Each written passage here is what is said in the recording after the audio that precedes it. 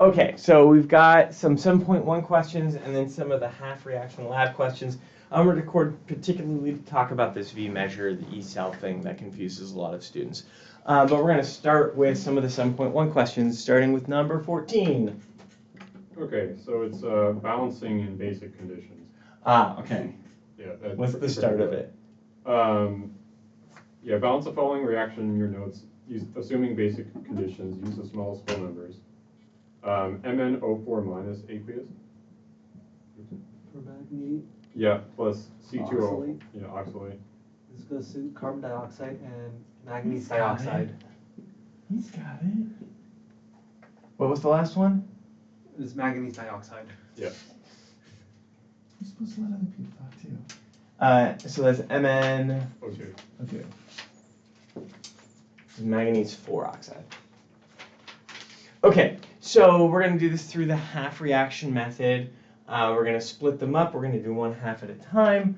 We'll start with the manganese. Doesn't matter which one we start with, but we'll start with manganese. So we'll do MnO4 minus goes to MnO2. I'm going to try, should I try my new basic method? So the first thing we do is we balance our manganese, which is already balanced, one on each side. Then we have to balance our oxygens, and there's two different things we can think about. There is the fact that we can add hydroxides and we can add waters, right? And so I know that I'm going to be adding, and this is part of what makes balancing in basic conditions a little bit tricky, is both things we can add. The H2Os I can add. The H2Os I can add and the OH minuses I can add are both going to be adding oxygens and hydrogens. And so it makes balancing it pretty clunky. There's two different methods for balancing it. One that's in the textbook and one that I made up earlier today. Oh. I've been trying to make this up for a while, and I'm going to try it the made-up way and see if it works. So the made-up way essentially says, look, I'm off by I need 2 more oxygens on this side. But instead of just adding 2 hydroxides, because I know it's a 2-to-1 ratio for oxygens to hydrogens, I'm going to add 4 hydroxides to this side. And that's going to overbalance my oxygens while taking the hydrogens into account. And then I can go ahead and add 2 H2O to this side to get my 2 hydrogens and my 2 extra oxygens. And now I'm balanced. So it does it in this kind of nice 2-step way by recognizing that this is 2 hydrogens per an oxygen versus 1 hydrogen per an oxygen. So you just find the number of missing oxygens, add double that number of hydroxide, and then balance it out with waters. Because in this process, we can add oxygens or hydrogens to it. After that, we have to balance our charge. I've got a -4 because I've got 4 minus hydroxides over here. I've got 1 minus manganese over here. So I need 3 more electrons. Can you show the I'm going to do the normal way Okay. in a second as well. I just want to see if this actually worked. Okay. So now we can go ahead and double check. Make sure we're balanced correctly. 1 manganese, 6 oxygens, 6 oxygens, 4 hydrogens, 4 hydrogens. We're done. Right? So the trick is to recognize that we've got this 1-to-1 oxygen hydrogen versus this 2-to-1 oxygen hydrogen. So we can balance the oxygens and hydrogens kind of at the same time with that in mind. And it works. I can't believe that works. So it turns it into 2 steps rather than the 4 steps we're going to do. So keep this in mind. Let's go ahead and do it the textbook way as well. The textbook way does a little cheat. And so I don't like the textbook way. I mean, I've been doing it for decades, but I don't like the textbook way. Because what the textbook way says is, look, we balance our oxygens with water. So I'm going to add 2 waters over here, which I already know is wrong. Let's go with it. And then we say, oh, the hydrogens are off, so I just add 4H plus over here, which I can't do because I'm in basic conditions, not acidic conditions. But it's easier to add the H pluses by themselves. And then I have to do one kind of quirky step, which is I say, look, I can't be adding the H pluses, but I can add OH minus. So I'm going to add 4 OH minus to both sides. And the H plus OH minus is going to become 4 H2O through a neutralization reaction. Then, after I have that, I'm going to have 4 H2O plus MnO4 minus goes to MnO2 plus 2 H2O plus 4 OH minus. But I want the smallest whole number values, so I can look here and say, look, I don't need to include those 2 H2Os, and I can turn this into 2 H2O. I can cancel out some of my waters. I don't need waters on both sides. And then I'm going to have 2 H2O plus MnO4 minus goes to MnO2 plus 4 OH minus. Last step is to charge balance. I've got a -4 on my product side, a -1 on my reactant side, so I need +3 electrons. Which is easier, the textbook or my way? I feel like I like the textbook way because it's easier Go not with to it. make mistakes. I just find it more conceptually confusing. I just didn't fully get even how you do that originally, so I don't know. Right, I feel like so- your way might be better. The acidic way? Or yeah, I mean, I get that's how that works, but it's just so many steps that it's hard for Yeah, me to so go through the here's steps. for me why I've been trying to come up with a basic balancing method that's different for years. Essentially, the acidic balancing method totally makes sense. You add H2Os because you've got water there. You add H pluses because you're in acidic conditions. That totally makes sense. To do it in basic conditions, you add H pluses, but you can't add H pluses because you're in basic conditions, so you add OH minuses to get rid of your H pluses, and you're adding OH minuses to it.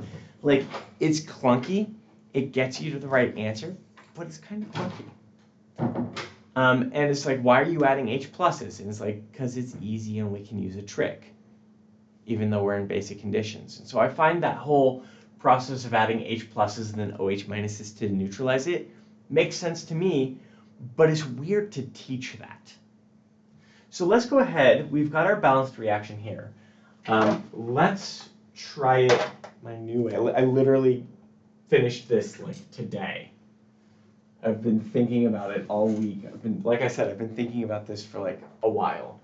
And you'll notice you almost always end up in this process, and this is part of what made me think of it.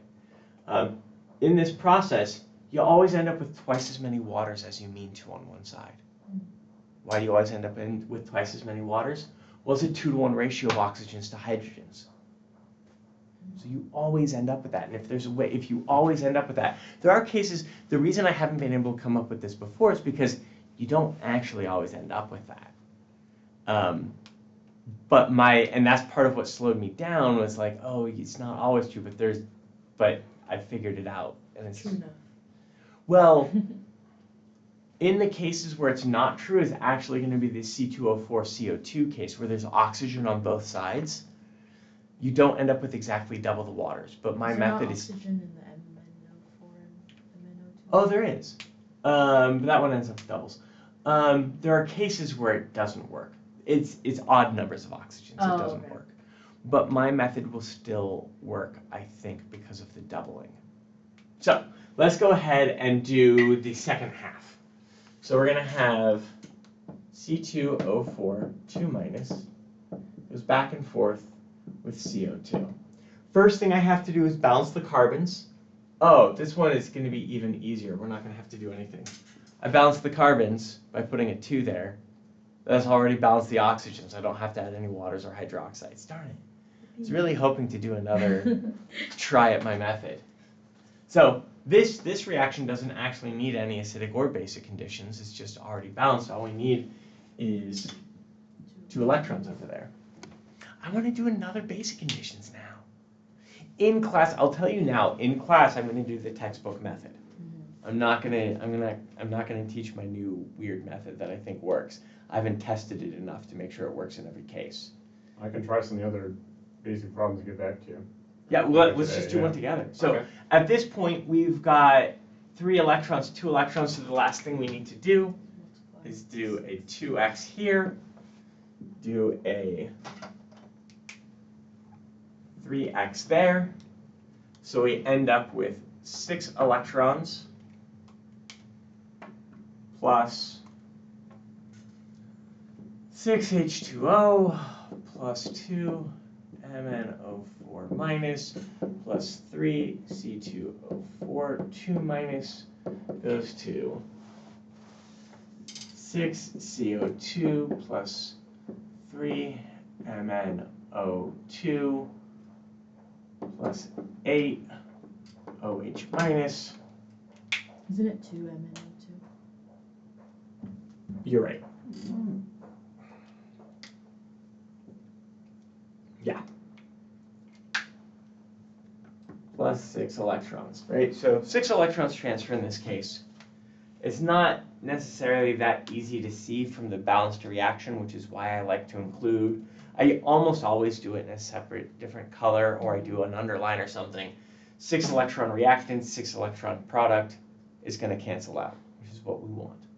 I always, once I finish one of these, I always double check my balancing, because there's so many different spots where it's easy to make mistakes. So I've got 12 hydrogens. Oh, I think something's wrong. Because I did it. Oh, that's supposed to be a 4. Okay. I was multiplying this reaction by 3 several times instead of 2. I was about to say, I was like, oh no. There we go. Okay, so 4 HOs, which again, this is why I check after every time. Yeah. There's enough steps in it that I always have to double check. So 8 hydrogens, 4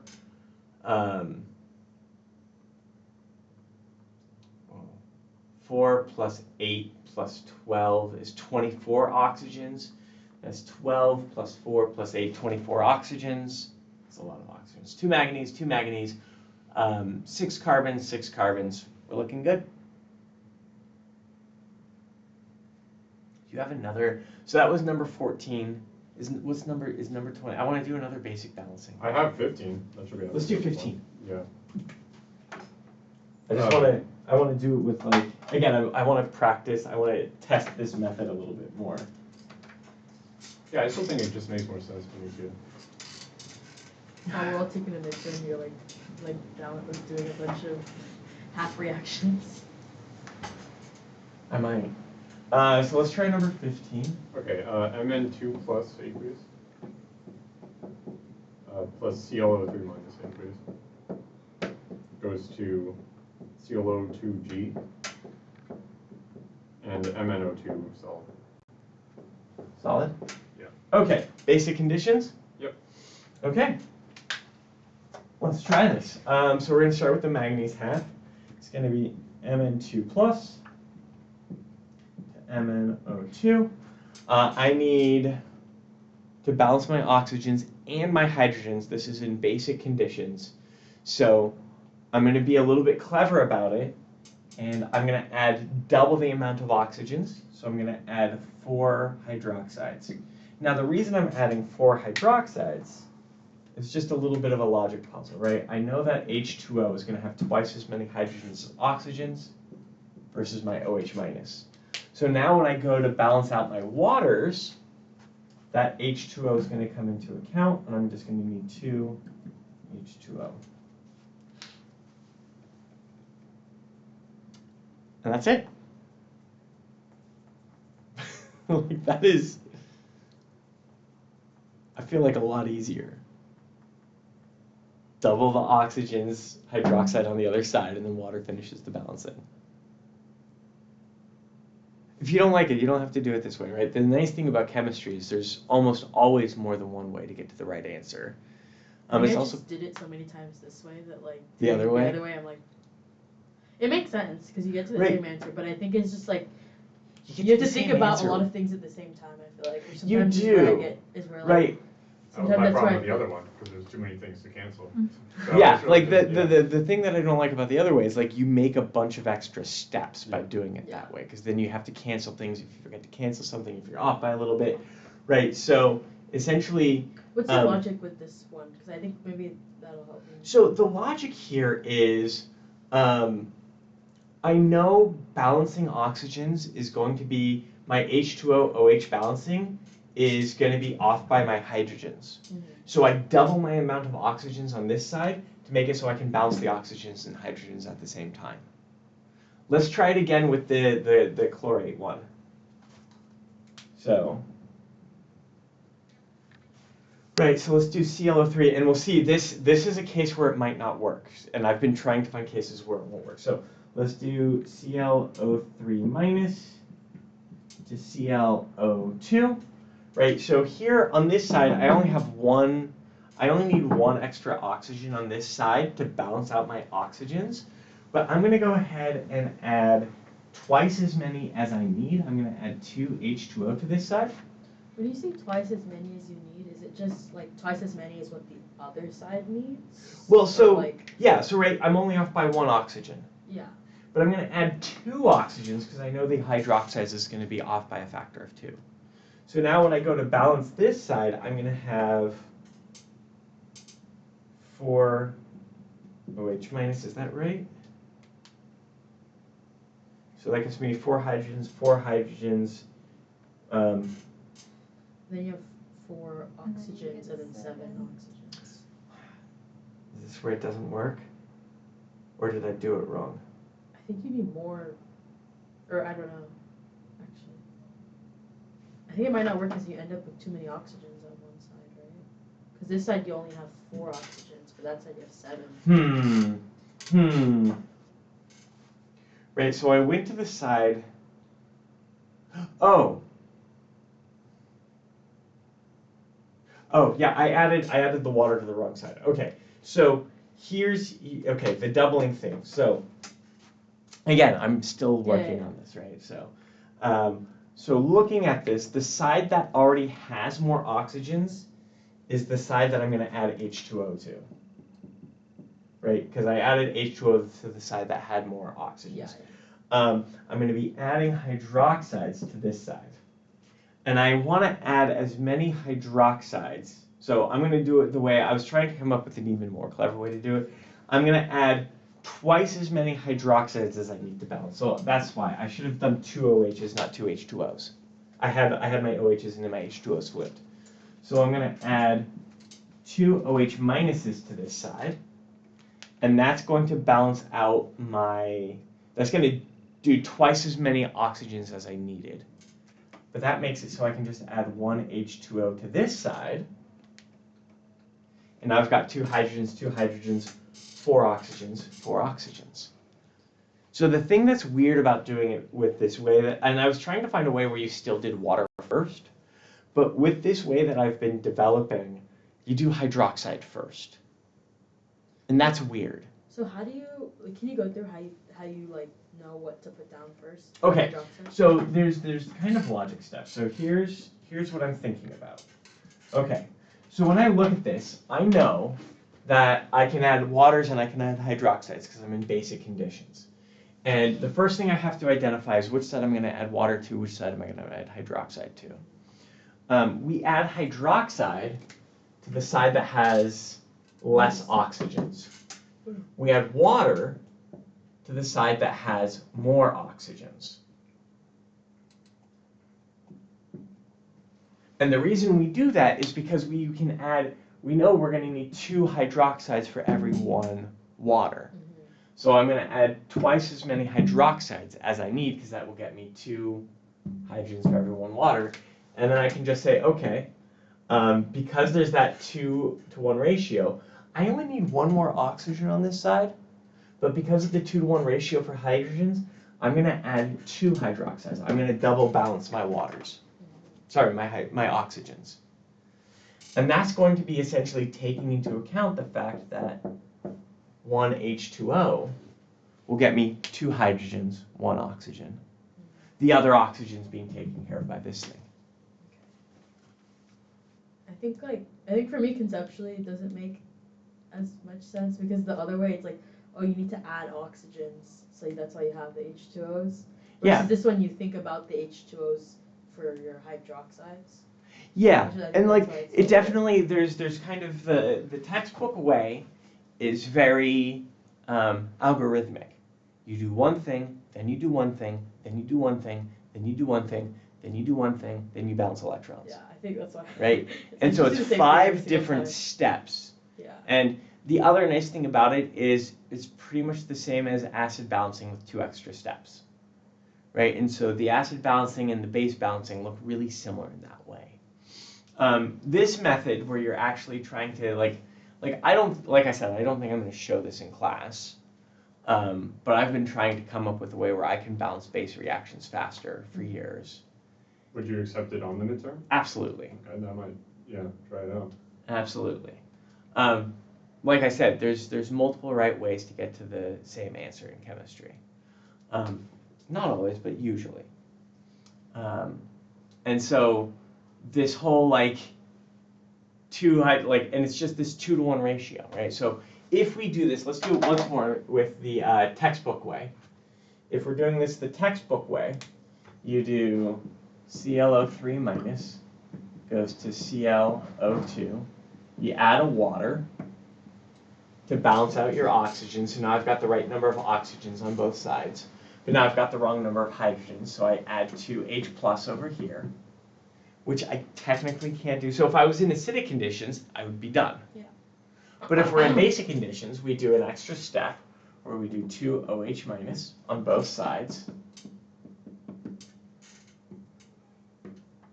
This goes to 2 H2O through a neutralization reaction. And then I can recognize that makes too much water. I've got water in my products and reactants, so I cancel out that water. And this becomes 1 H2O.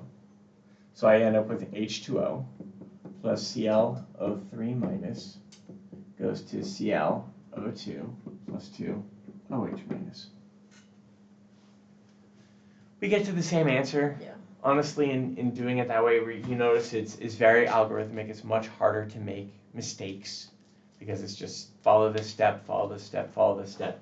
You do acidic conditions along the way, which is kind of nice. So rather than learning 2 different methods, you're learning like 1 method and then the same method with 2 extra steps.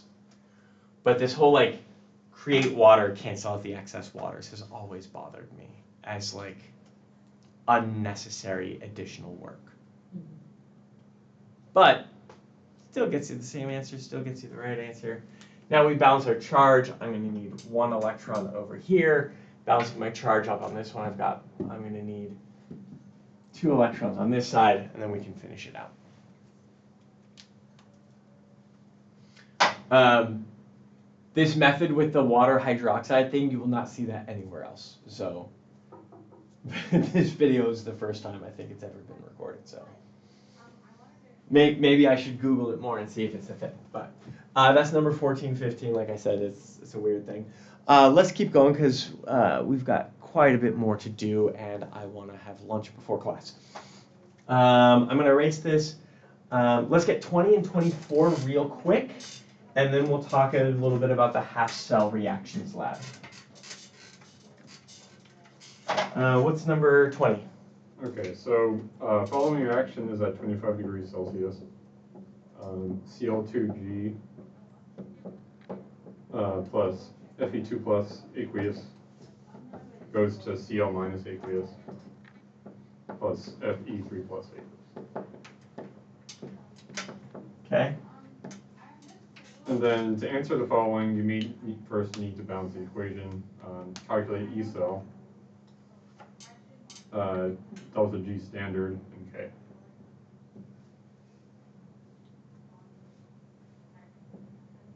That's where you're balancing. Right, it's 1, 2, 2, 2. Right, and the reason it's like that, of course I need the 2 on the Cl to get the charge flow going. Is this right? Hold on, that's plus 4, that's plus 6, plus 4. Yeah, that's right. So I need to balance my chlorines, so I just throw a 2 there. I could have done a half reaction method. There's no acid base or anything like that, so half reaction method would have been fine. Balance my chlorines, then balance my charge. I can see that the chlorine is picking up 2 electrons, so I need each iron is losing 1, so I need the 2 irons to lose 2 electrons.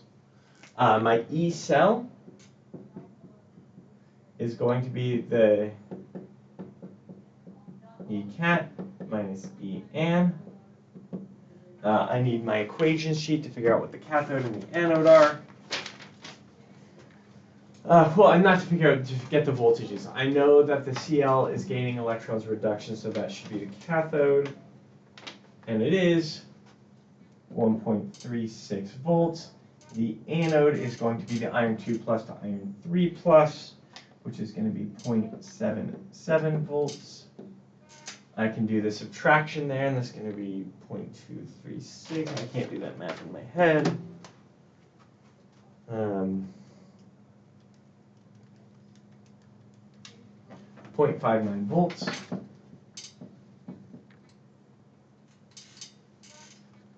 So that gets me my voltage. And then I want to calculate the delta G. Delta G or delta G standard? Standard. Okay.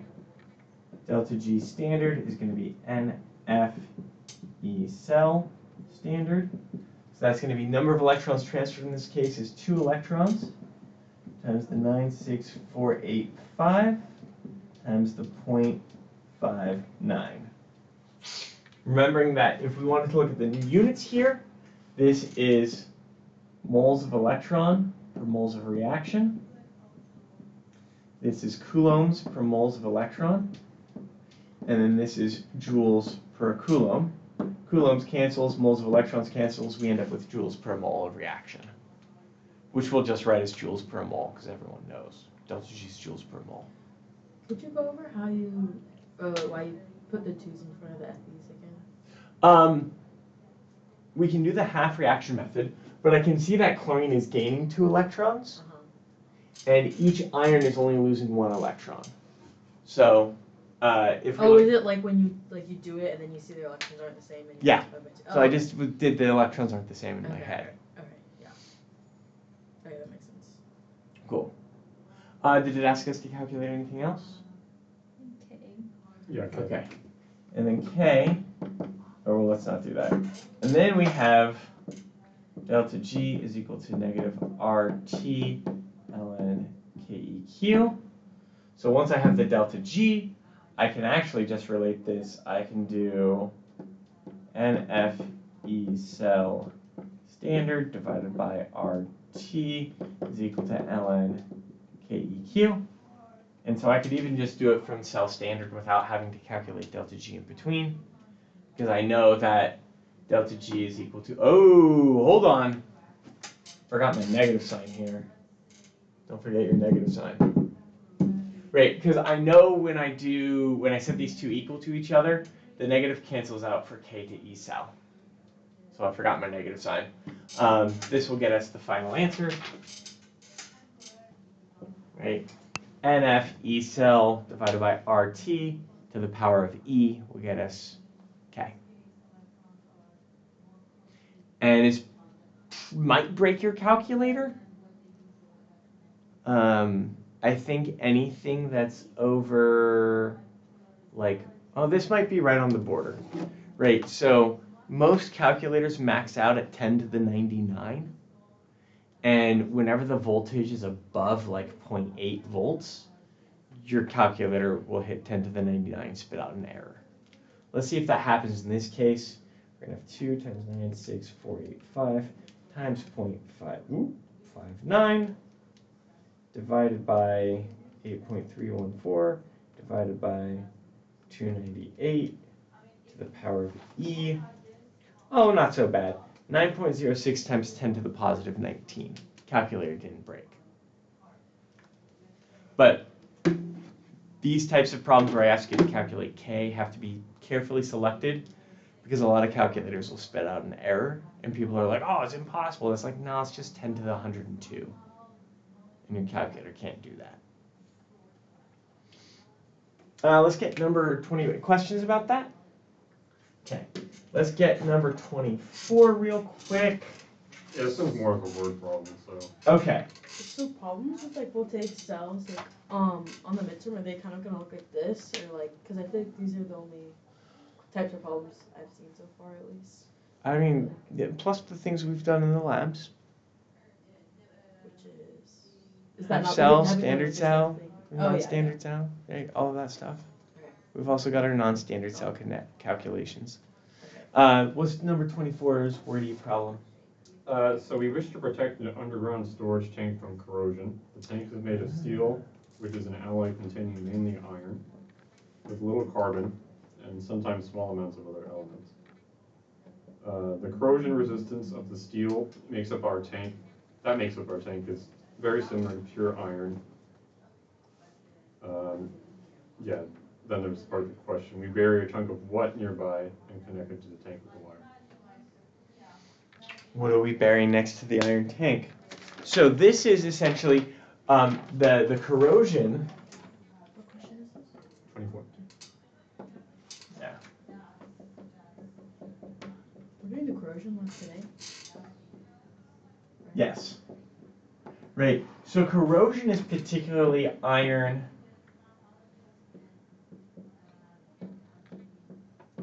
Iron reacting with oxygen. Right? And the way it's going to work is oxygen will be our oxidizing agent. It'll get reduced. And it will react with the thing around that has the lowest reduction potential. So if iron is the thing with the lowest reduction potential around, it'll react with that. So here I can see iron solid reacting, so I'm just looking at my equation sheet. I'm finding different places where I see solid iron reacting. And I've only found one. There's there's aqueous iron reacting. There's iron solid reacting. Oh, there's another iron solid reacting. So iron can go to iron 2+ with a reduction potential of -4.1.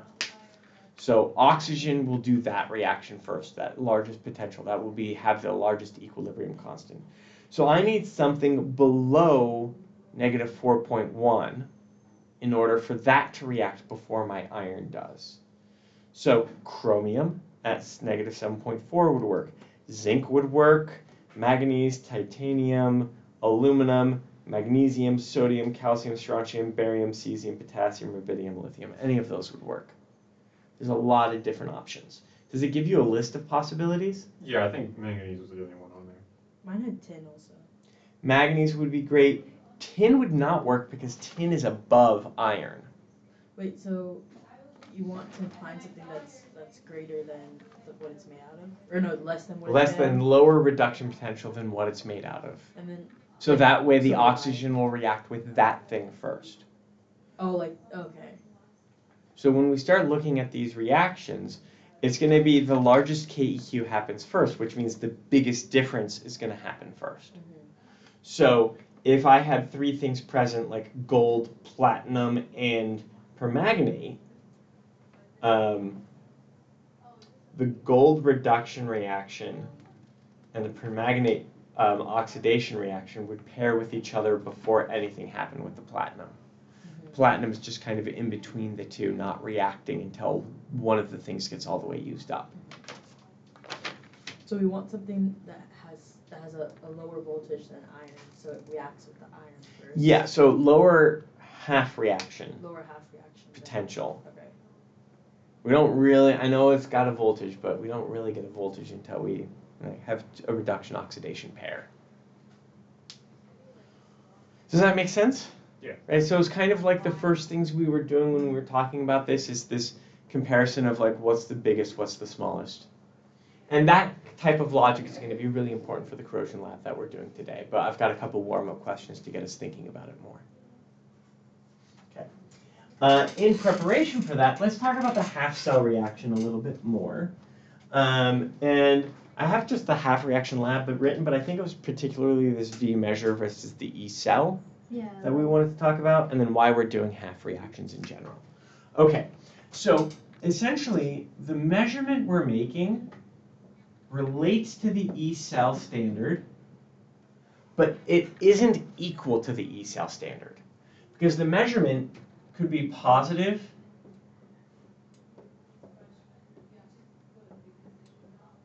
Oh, is this like what you're talking about with the like the way that the machine is? Or Yeah. So essentially the machine measures the spontaneous reaction, and it just measures the flow of electrons going from one thing to the other.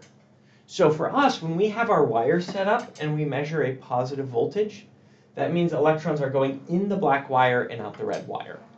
If we switch that connection, that means electrons are going in the red wire, out the black wire. So the same material on our cell is still giving up electrons. right? And so this idea of forward and reverse is actually the reaction is always doing the same thing. It's forward measurement or reverse measurement, right? It's that measurement step. So we do some amount of logic, and that's the thing that really gets people is like, this is not just like some like flip the sign thing. This is some logic. We have to do a little bit of logic thinking. We have to identify what is the cathode,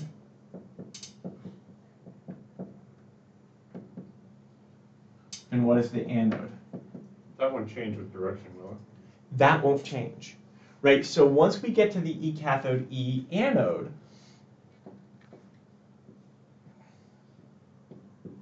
it's going to essentially be the absolute value of the V measure if proper cat and identified. Right, so if we properly identify the cathode and the anode, we just take the absolute value of the V measure. Because we're essentially flipping the order of these things to guarantee that we've got the spontaneous cell reaction. And this kind of like, how do we know if we identified the proper cathode and anode? That's partly because we know if it's negative, like the one the red wire is touching is the anode. If it's positive, the one the black wire is touching is the anode. And so it's just identifying, essentially using the sign of V measure to figure out what the cathode and anode is. But once you figure out what the cathode and anode is, you're essentially forcing this to be positive because you're taking that direction into account. Now, why do we do half reactions? This has to do with the way I explain why we have to do it with half reactions goes back to the lab that we did back in 124. If you remember, we had a silver solution. This is a copper rod, and this is an Ag plus solution. And when we put the copper rod in the Ag plus solution, do you remember what happened? It got like fuzzy.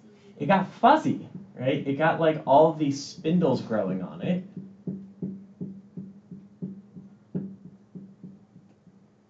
Kind of looks, some people say it kind of looks like a Christmas tree with tinsel on it, right? But you get all that kind of fuzzy growth on it. What's that fuzzy growth? That fuzzy growth is Ag solid, right? And the solution turns blue because what we have going on is we have copper plus Ag plus going to copper 2 plus Ag solid. We're doing a redox reaction. I need twos here to balance it. Right, we're doing a redox reaction where essentially what's happening is the electrons on the surface are jumping onto the silver. And that the jump of the electrons is so close together that it's just happening right on the surface. We can't really get at those electrons to use them for anything.